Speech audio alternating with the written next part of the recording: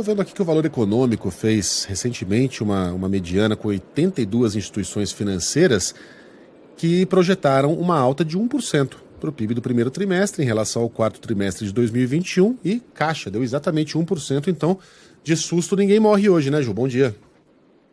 Bom dia, Megali. Sim, bom dia, Sheila. Bom dia, Carla.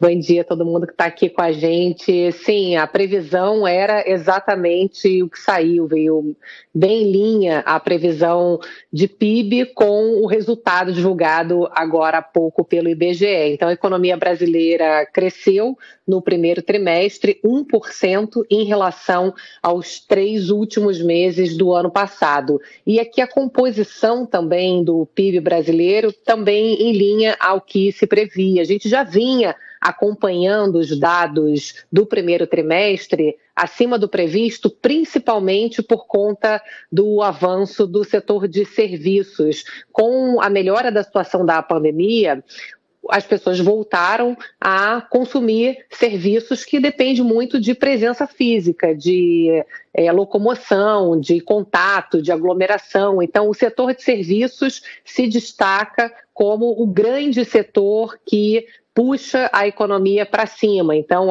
viagens, bares e restaurantes, lazer, as pessoas voltando a consumir esse segmento que agora está começando, então, a reverter as perdas acumuladas durante a pandemia. Quando você olha aqui os setores, é o setor de serviços que é o grande destaque do crescimento da economia brasileira. Olhando aqui por dentro dos dados, a gente vê que a indústria ficou estável, mas dentro aqui da indústria você tem várias outras atividades. Então,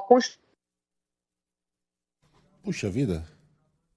Travou total a Juliana Rosa. Juliana Rosa de volta. Hoje você falava da importância do setor de serviços, né? Que voltou a se aquecer depois da tragédia da pandemia. Agora, o que aconteceu com o agronegócio, hein? Que dessa vez registrou, aliás, pela segunda vez seguida, né? Um resultado negativo, puxando o índice para baixo. Já tinha uma expectativa desse número ser negativo, Megali, porque teve quebra de soja, safra de soja. Esse começo do ano a gente já tinha uma previsão negativa aqui do setor do agronegócio. Agora, ao longo do ano, a gente tem uma expectativa positiva por conta do aumento das commodities. A valorização de preços deve contribuir de forma positiva no PIB brasileiro.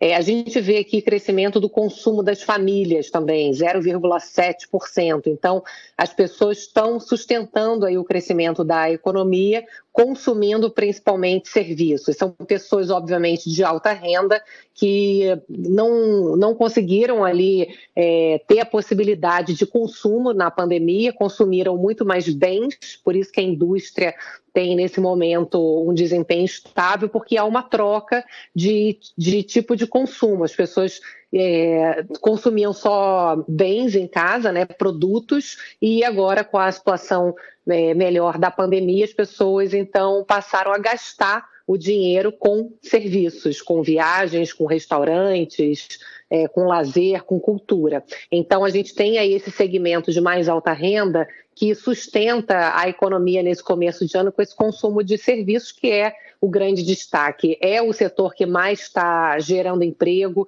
então você tem também oportunidades de melhora de vida para a população em geral quando você vê esse segmento gerando vagas. Olha só, o setor de transportes, de armazenamento, toda essa parte de serviços voltados também para empresas que, com a volta do trabalho presencial, também você tem uma demanda de serviços presenciais, de segurança, de limpeza. Então, a gente tem aqui, principalmente, esse destaque aqui do segmento de serviços, que é aí o grande motor nesse momento para o crescimento da economia brasileira. Olhando para frente, Megali, a gente ainda tem números positivos que estão saindo do segundo trimestre, agora abril, maio, também são números que estão surpreendendo para cima, os dados do mercado de trabalho estão vindo positivos, por isso que as previsões de PIB vêm melhorando para o país. Se chegou a falar em risco de recessão para 2022 e agora a previsão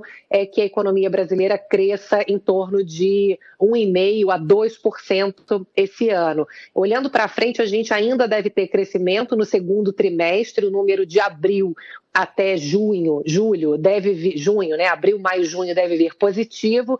Agora, de julho para lá, de julho até o final do ano, a gente já deve ter uma economia que deve ficar mais perto da estabilidade por conta de uma inflação muito pesada e juros altos que devem fazer com que o consumo das famílias dê uma freada, porque a gente tinha ainda famílias de alta renda nesse começo de ano com o que chama de poupança. Os economistas estavam acompanhando já muito esse número, as pessoas que puderam guardar dinheiro durante a pandemia e que tinham essa poupança aumentada durante a pandemia. Então é interessante notar que no primeiro semestre, essa poupança, esse dinheiro guardado por famílias de mais alta renda está sendo gasta nesse momento. Então, a partir do segundo semestre, esse número também de poupança, ele diminui. E aí você soma com inflação alta, né, que come a nossa renda, e o juro também, que vai pesar mais a partir de agora, encarecendo crédito, pagamento de dívidas, novos investimentos.